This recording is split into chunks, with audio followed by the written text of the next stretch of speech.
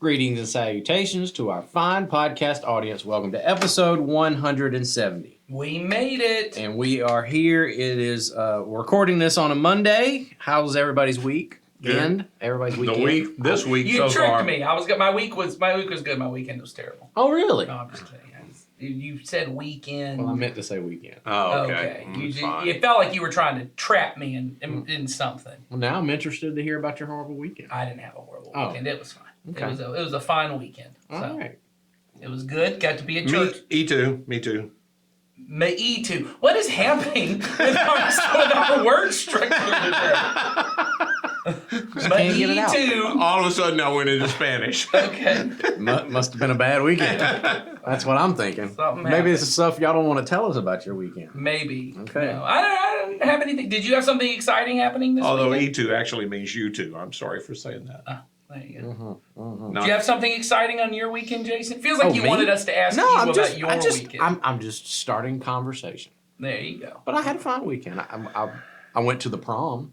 All Oh, right. there you Good go. for you. My wife and I chaperoned the Northgate prom. There Well, you that go. sounds good. Mm, At the Fox, I heard. it was at the Fox. That was Oh, the best really? part. That was the best part of it. Well, that Okay. is pretty cool. But stood against a wall, watched teenagers look awkward. How long does the prom last? Too long. I can tell you that. It was about 7 to 11. Oh, that's a long time. Yeah, that That's was a long. long It was time. long. And is the prom just drop in for the kids? They can come and go as they want? And they do. That's what I was about to say, what would you estimate is the average amount of time a teenager would spend it? I'd say those maybe 2 hours right in the center of all of that That makes sense. was about the moments that mattered. They had dancing. Oh, yes. And they take pictures. Not like they used to. Okay. Yeah. Mom now and they have dad, mom and cell dad take pictures before you leave. Yes. There's no like professional photographer over in the corner. Really? No. None of that stuff. That was different even when I went. Yeah. When I went in 2007. So when I went Back in the day. Back in the day. Even then we didn't. But we still danced to Lil Jon's Get Low. That was not even a hot song at the time. That song came out when I was in middle school. I have a question. Okay. All right. I must have. Did you have a kid at this dance as well? Was No. there that? Okay. No. Because that's an added level of complication No. sometimes. My wife is a teacher, therefore she can be a part of the chaperone That crew. makes sense. And so Does she have Have you been at a prom and with your older daughter when she was there? That's an interesting conversation because when that moment happened where we could have gone, my older daughter made it very clear we were to stay away. I think that's what Sawyer was getting to. Is that it might sounds be appropriate. because you have a younger daughter. Which, interestingly enough, one of the reasons we decided to go to this one was because we thought, well, our older daughter or our younger daughter will be there next year. She won't want us there. And she heard us having that conversation and she was like, I don't care. I was like, Do what oh, you're gonna really? do. And she was like, in fact, I think it'd be pretty cool. Y'all should come. It was like she was inviting us to, and I'm like, That might change next year. that's an odd. That Yeah. might change. But that's also But it I would might just not. say It might kids not. are different. knowing both of your daughters. That also seems like the difference in their personalities, It though, is. too. I was gonna say Very your much so. older she wants her privacy. She Oh, wants to be yes. able to do her. And Ava seems more on the whatever it is. Whatever's gonna happen's gonna happen. Nothing phases her. That has been my impression. I always tell people this story.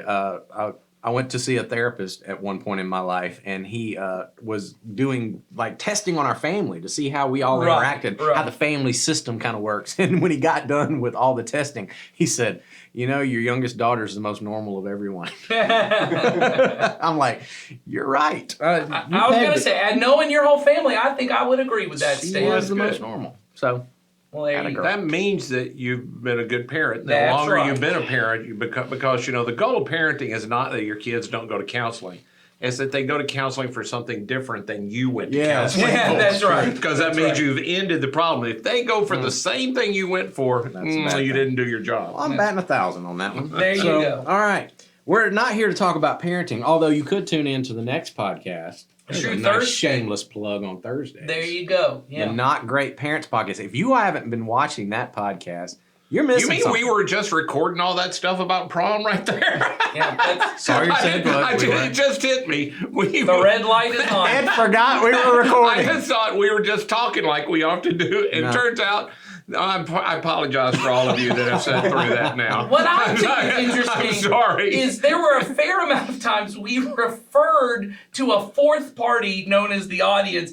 Do you normally Missed it. have conversations where there's an imagined fourth party in the conversation? Jesus is Not not imagined. Not Not imagined. imagined. Not He's imagined. But there is a fourth party. I'll just say, I'm not always listening. Yes, I was gonna say, when I was describing the names of his children and talking about them, you just thought, well, Nathan's always referring to people in third person. We haven't had a moment like that on this podcast in quite some time. All So I'm right. glad we had that. I had to go back. Happy for all of you that have not scrubbed through this. Someone asked me a question that I knew we had answered on the podcast, so I went back to watch one, and it was from about a year and a half ago, and there was this length of just talking about nonsense and I yes. thought, man, we haven't done that in a long We haven't. time. And I've been diligent to try and cut it out, but I missed my opportunity on this You one. started it up. I did. It was my fault. And I apologize to the audience that hates this part. That's why I thought it wasn't happening. I know. But now we're going to get to why we're here. For sure. For sure. We have a question, as we always have questions, and this one came in just a few weeks ago. And I've had this question quite often. People wonder about this, so I thought we would tackle it today. Here's the question. Was heaven an option for those who died before Jesus? If he is the key to salvation, how did that work for those who lived and died before Jesus? So, there's this is not what this person asked, but there's something in there. Ed, we can't go back to the way we used to do it. No, go ahead. This is not what they asked. All right, go ahead. But it's interesting to me that heaven and salvation are equated with them. That those are that Jesus is the only way to salvation. Okay, I agree. And then heaven's the only part that mattered for the Old Testament people. Not whether they could have, the kind of life Eternal life that Jesus offers. Yes. Yeah, I was going to say the same thing. I was going to say, I think often when we think of this question, we think of it in terms of fairness. Like, it just seems unfair. You got born before Jesus, and you missed your shot and it was out of your control. Because our natural conclusion is that heaven is the goal of everything. And by heaven, I assume this person is talking about afterlife. Yes. Eternity of afterlife with God. And so the question in that sense becomes about, well, if the goal of everything is to die and then go to heaven, if the point of living is to die and go to heaven, then that's really unfair for those people who lived before. But if the point of life is cooperation with God, living life with God, the whole story of the Old Testament is God cooperating and partnering with people, but the way in which he did it, because humans were so, and are so inherently sinful by our nature, it was doomed to not work out until Jesus. Jesus had to come and fulfill that way, that there were failures along the way. Even the most holy people that God partnered with, Abraham, Moses, David, all of them had some level of failure in their relationship with God that was not complete, yet God was gracious to them, and God continued to work with them, but it was never the complete, perfect way of Jesus. So I'm sorry for getting us off on that track, No. but I think that's pertinent okay. to that conversation. Yeah, I just that whole idea is so it's in the front of my mind all the time now, that when people as it's become more apparent to me that almost everybody equates that the whole goal of Christianity is it doesn't even start hardly until you die. Yeah. And which, logically then you go, then if God gets me saved, why do I have to wait so long to die? And particularly for people that believe once you're saved, you're always saved. Yeah. I mean, it really seems, irrelevant at that point. So I got saved when I was 10 and I got to wait until I'm 90. Well, it's like the rest of the whole deal is almost a punishment Yeah. But I gotta sit and wait. So, and I will say this before we get too far off on that. Next week's question, we are going to get into that much more in depth. Okay. Well, then we'll hold off on that. On how that looks for us if heaven is not the ultimate goal, but there's more to it than that. It's better than that. I heard people. So for this particular question, and I will pose Yes. it as a question to you Okay. guys, since that is our current for our on mission groups, our practice. I'll count this as one of my questions with you guys. I cannot think of any definitive statement that anyone makes about this in reference to. I know there are statements people You mean have in the Bible, right? in the Bible, I should say, that people have taken to say, well, that may be what they're talking about here. I can't think of a time where Jesus goes, by the way, here's what happened to all those people who came before. I think there are a few hints. I'll say this and then I'll get to the question. There are things like Jesus seems to refer to Abraham and Elijah, Moses. I'm trying to think about. There are a few other handful of people that he refers to as. Well, Moses and Elijah appear with Jesus on Right. the Mount The of Transfiguration. which seems like if they had been doomed to hell, Right. that'd been a good time to tell somebody. Or it was a really weird. I had to pull them back out of hell, guys. Or when they showed up, You they're know, like, all right, Jesus, can we get something straight here? That's right. Can we At fix that this? moment on the Mount of Transfiguration, if they are doomed because they were before, it'd been a really good time to give us a clue. And he refers to God as in that. I'm trying to think of the full context of the conversation where he talks about God being the same God of Abraham and Jacob and Isaac, and he's the point that he's making is that he's the same God then as he is now. He even says the thing about David. Well, when the Sadducees come to him and they start to argue with Jesus about the resurrection, Right. he makes that, which is a very clever riddle, by the way, when he turns it around on him and says, you talk about the God of Abraham, Isaac, and Jacob, but you also don't believe in a literal resurrection. Right. So is he the God of the living or is he a God of dead people? Right. And they had to they were stumped. Right. So Jesus is intimating that they are living on. Right. That's what I'm saying. They're not Exactly dead. right. And then there's one, and this was the question. So can y'all think of other examples where this thing is maybe hinted at? I think there are two places, that again, people have taken it to be. And there's a thing, and if the person wants to investigate, there isn't a lot in Protestant literature about this, but in Eastern Orthodoxy, which is, most people think the oldest form of Christianity. Yes. Which precedes Roman Catholicism. Mm-hmm. There's a thing called the harrowing of hell, Yes. which is that people often think Jesus dies on Friday and then just is Does gone, nothing on on Saturday. But their tradition teaches that on Saturday, Jesus is with the place of the dead, preaching to those that are dead and telling them the good news that he's done away with death and hell and, the place of dead and all of that kind of stuff and releasing them from that place. So, and that idea is there's a place, I think it's Ephesians 3, where he says he led captivity captive, Right. those that were in captivity, and gave gifts to men as he arose.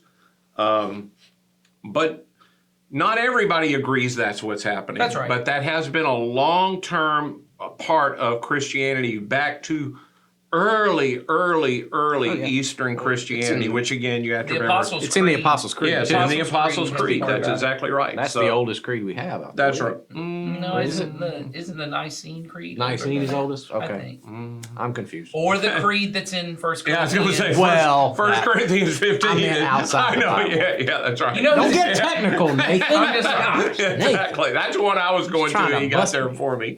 Yeah. First Corinthians 15. I Mike. know that one isn't there. Okay. Let's go back and talk about prom. Let's get back to prom. No. No, let's don't. So I don't think that people were all doomed No, I don't. before Jesus. No. So, No, and I think but it's, then It also doesn't fit, and we talk about this on the podcast. Yes. That doesn't fit with the character of No. God revealed in Jesus it as does well. not. well, and It I does don't, and I not. think it does. The idea behind this question really goes to the thing we talked about at the beginning of, if I think, and I think this is actually an important distinction to make, only in the sense that if I think that the point of why God created humanity was to test us of somehow and try and figure out, am I going to go to heaven one Which, day? let's just get again, that idea that God created us to test us is not a Christian idea. It's a Greek That's idea of God. That's right. That the gods test humanity. It's not, God created us in love to love. Yes. That's the Christian idea of God. We aren't created as playthings. Right. So that idea, though, that we kind of get of the goal of it was heaven, eventually, maybe you already had this question, but I just doing youth ministry forever and then talking to college sophomores, at some point they take a philosophy class, and some philosophy professor really drives at them and going, well, then why didn't God just make everyone and put them in heaven?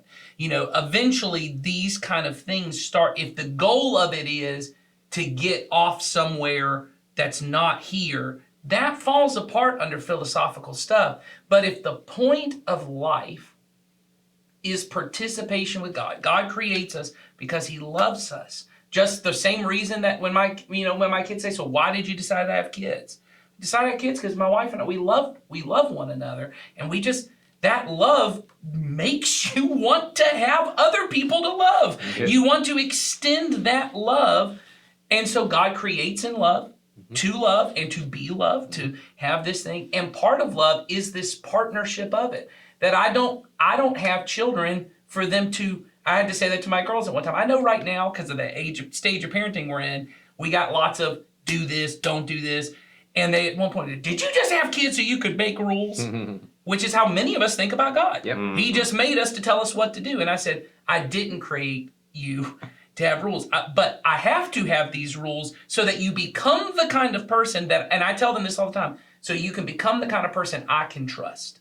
I want you to become the kind of person that I can trust to be in relationship with, because that's ultimately what I want for my kids, and I look, I mean, you and I have a good relationship. I look at the relationship you have with your I was adult about to say, daughter, but yeah. also, I was about to say that's you're not there yet. That's the best part of having is. older kids is when you see them be trustworthy right. and you let that go. It's the best. Yeah. And that's the goal. And so if you take that model, which is kind of the model Jesus gives us to think of God, right, as a father Yep. who has children that he loves, and the goal is I want to be in relationship. So sin is a problem because sin is all the things that make me not trustworthy. It's all the things that make me self-focused and only interested in my good, And it hurts me. and it hurts me, and And it that hurts hurts God. other people, and that hurts God. Yeah. And so the point of life is to live in trusting loving relationship with God. And then that will just naturally carry over into eternity because God is faithful to me and he is eternal. He's not stopping just because I take a last breath. That's right. And so if I have been faithful to him, he's faithful to me, and we carry on. This is the direction that life goes. Well, I think people miss at times as well, that God reveals himself. That it's not like I know people get confused because there is a lot of places you can misunderstand in the Old Testament the character of God. I get that. Yeah. Oh yeah. You have to, Absolutely. But there are clear places where, like we read it in church yesterday before that new song we sang where it says Yahweh, faith, and he gives that definitive statement to Moses, which I'm going to forget the words, but he talks about Slow to anger, full of compassion and mercy, unfailing love. And kindness. which is totally different than the gods of the Greeks and the Yes. Egyptians and really anybody else in history. There are no gods that aren't playing with human beings. When you read about the gods, we are trying to appease them all the time. Yes. And when God reveals himself, even in the Old Testament to Moses, that's his statement. It's one of the most repeated statements in the Old Testament is. where he says this again and again and again. This is who I am. And even in the Old Testament, this thing of, and I don't want to discount, I hope people don't hear me saying Jesus wasn't necessary, but Enoch goes to heaven apparently. Yeah, he gets taken away. Absolutely. He doesn't Elijah die. gets taken away. Elijah goes to heaven in the Old Testament without dying or any of those steps that we think are required. God just takes them. There are places where he talks about people like Joseph that God was with him. Yeah. Just like it's an echo back to That's right. being with Adam in the first of Genesis, that God was with these people. David talks about going to be with his deceased son. Right. He expects That's to what's be going to happen. reunited with God That's and right. with his family. That's right. That's right. So that Well, and the fact that the Sadducees are a sect of Judaism, Yes. and the distinctive of the Sadducees is they go, there is no resurrection, means that the other Jews who are following God Right. based on the Old Testament are going, oh, there's probably something. right, Yeah. right. I think where a lot of people get into, like I said, I've heard this question asked a lot, and I think Me where too. People I get, have to. Where people get into this question is we reduce Jesus down to a mechanical thing. Mm-hmm. Yes. Where there's this mechanism that God used, and that was Jesus, and he went to the cross, and therefore everybody who puts their trust and faith in him now gets to go to heaven. And there's truth in all of those statements, Yep. yes, but it becomes so mechanical that it's like, oh, well, what if all those people who didn't have the chance to put faith in Jesus are now excluded? As if that, and again, I'll push back right to this point. Does that fit with the God you see revealed in Jesus? That is, like we said before in other podcasts, he's looking for a loophole or he's Right. looking Yeah. for a gotcha. Oh, well, you were born at the wrong time. You didn't have the right kind of faith. Sorry, you're out. That is not the God we see. Right. And so, anytime you get caught up in that mechanism of how this whole thing works, you're going to be asking questions like this, and then I think often miss the nature of God. I agree with that totally. We are the ones that are often looking for legal kind of terms to deal with God. Well, I did do this, so then you have to. Yep. Which isn't relational. Nope. That's No. contractual. And we think that he interacts with us the same way. God is way more relational, caring, loving Yeah. than we want, than most of us are. And then you can even imagine. Yeah. So I think it grows out of who we are. So I think do we have definitive Bible passages on what happens with the people? No, as Nathan said at the beginning, there are only a couple of times it even refers to this really. which I also think, and this was going to be my first point, but I got off, is the fact that it's not. This was going to be my question to you guys, but then we got off on other stuff. Is don't you think the fact that there's not a lot of references and verses about it means that it's not the question anyone was asking at the time? That's right. Exactly. That's right. It points to the fact that this is not the question the Bible is answering. That's right. Is Yeah. how do I get everybody And into that's a great point you make, because a lot of times the questions we are asking yes. are not posed or answered in Scripture, which ought to make us rethink our questions. Well, That's because I right. think to the point that you're making earlier, I think the assumption of all the early believers was God is so good and gracious, and clearly Abraham loved God. Clearly there were people throughout the nation of Israel, not everyone, because a lot of them totally blew it up. That's right. But there were lots of them that were faithful. They were a remnant. They were faithful to God. A God who says, even if you are faithless, I am faithful. Well, then of course he's going to be faithful to those who were faithful. That's right. You know, I think that's the assumption they have of there is some way God revealed to Jesus, but even if it was this thing that we talk about of the harrowing of hell, that he goes to the realm of the dead and reveals, hey, I am the way. Well, of course those people would go, great. We've been Exactly. waiting for it. That sounds And they good. would almost, I got to believe, be thinking, we knew there was something like this coming. Right. Well, Because Jesus says, Abraham and they looked forward That's to the right. day I would come. So there was this idea they knew of God's Messiah would come and make things right. We don't know the technical details of what is the realm of the dead and what does that look like. What we know, and I think this is the part where we have to have trust, like Jason said, I know the character of God, who is a faithful, slow to anger, abounding in compassion and mercy. Of course, in my mind, of course he would be faithful to people and be gracious to those. Even if they didn't know the name Jesus beforehand, they were following in the footsteps of who Jesus said, I am the fulfillment of. Yeah, I think it's consistent with the character of God and Paul talking in several different places of, I'm responsible for the revelation available to me. Yes. And it's why in Romans, Paul is so concerned for the Jewish people. He's not talking about in times past. He's talking about they're ignoring what's happening in front of them right now. Right. Yeah. And I'm responsible for what I have interacted with. Yes. All right, so we're gonna like I said, we touched on a little bit of that whole idea of is the goal of life just to get to heaven. So someone wants to know, and this is for next week. Our next question is, if that's true, then what implications does that have on how we follow Jesus? Because I know a lot of us were brought That's up. a great question. Well, a lot of us were brought up in systems where that was the whole thing. And Yes. but now that, and I think this person who asked the question said, now that I've shifted that focus, that has some downline implications, and they want us to talk about those downline implications. So that is what we are going to talk about next week.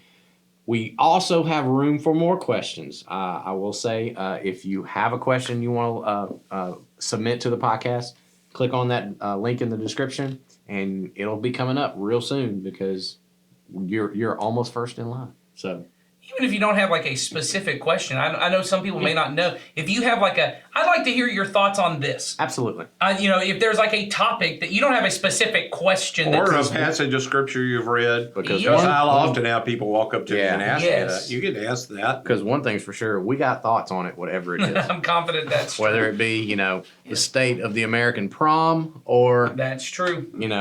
what Now, can drink we I've got. extrapolate from what y'all talked about the American prom or just Coweta County Northgate High that's- School prom? That's a whole nother conversation. I'll just right. tell you this. I just went to a conference, and I think I could write a book and say this is how all American high schools are, and I'd be welcome on conference stage. I bet guarantee you- you could sell the book. And I bet you're going to use that in future editions of the Not Great Parents podcast.